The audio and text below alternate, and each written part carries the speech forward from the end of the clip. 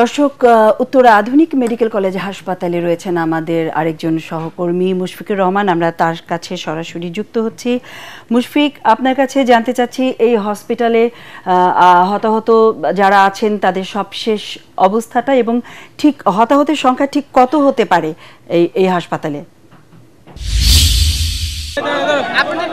আশরাফ যেমনটা বলছিলেন যে এখনো পর্যন্ত সেখানে রোগী যাচ্ছে, আমরাও দেখেছি কিছুক্ষণ আগেও কিন্তু এখান দিয়ে পর্যন্ত 158 জন দগ্ধ রোগী তারা কিন্তু এখানে চিকিৎসা নিয়েছেন এবং এখনো পর্যন্ত এখান থেকে 45 জনকে আশঙ্কাজনক অবস্থায় কিন্তু রাজধানীর বিভিন্ন হাসপাতালে, বিশেষ করে ঢাকা মেডিকেল কলেজ এবং বার্ন ইউনিটে তাদেরকে কিন্তু নিয়ে যাওয়া হয়েছে।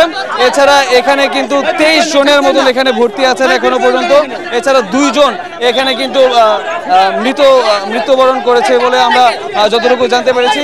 এই মুহূর্তে আমরা যেটা দেখেছি এখানে যে একাধিক বাস এসে এখান থেকে যারা ব্লাড ডোনার আছে তাদেরকে কিন্তু নিয়ে যাওয়া হচ্ছে রাজধানীর বিভিন্ন হাসপাতালে যেখানে ব্লাডের প্রয়োজন। এখন উত্তরা আধুনিক মেডিকেল কলেজ হাসপাতালে তাদেরকে কিন্তু বাসে করে নিয়ে যাওয়া হচ্ছে বিভিন্ন মেডিকেল কলেজ হাসপাতালে। এবং এছাড়া আমরা দেখেছি স্বজনদের আহাজারি, এখানে অনেককে কিন্তু এখনো শনাক্ত করা যায়নি। অনেকেই কিন্তু তাদের স্বজনদের খোঁজে, তাদের শিশুদের খোঁজে এখানে এসেছেন এবং তারা অপেক্ষা করছেন যে তাদের সন্ধান পাওয়া যায় কিনা। এরকম একটা অবস্থা এখানে বিরাজ করছে। পরবর্তী কোনো আপডেট থাকলে আমি অবশ্যই জানিয়ে দেব।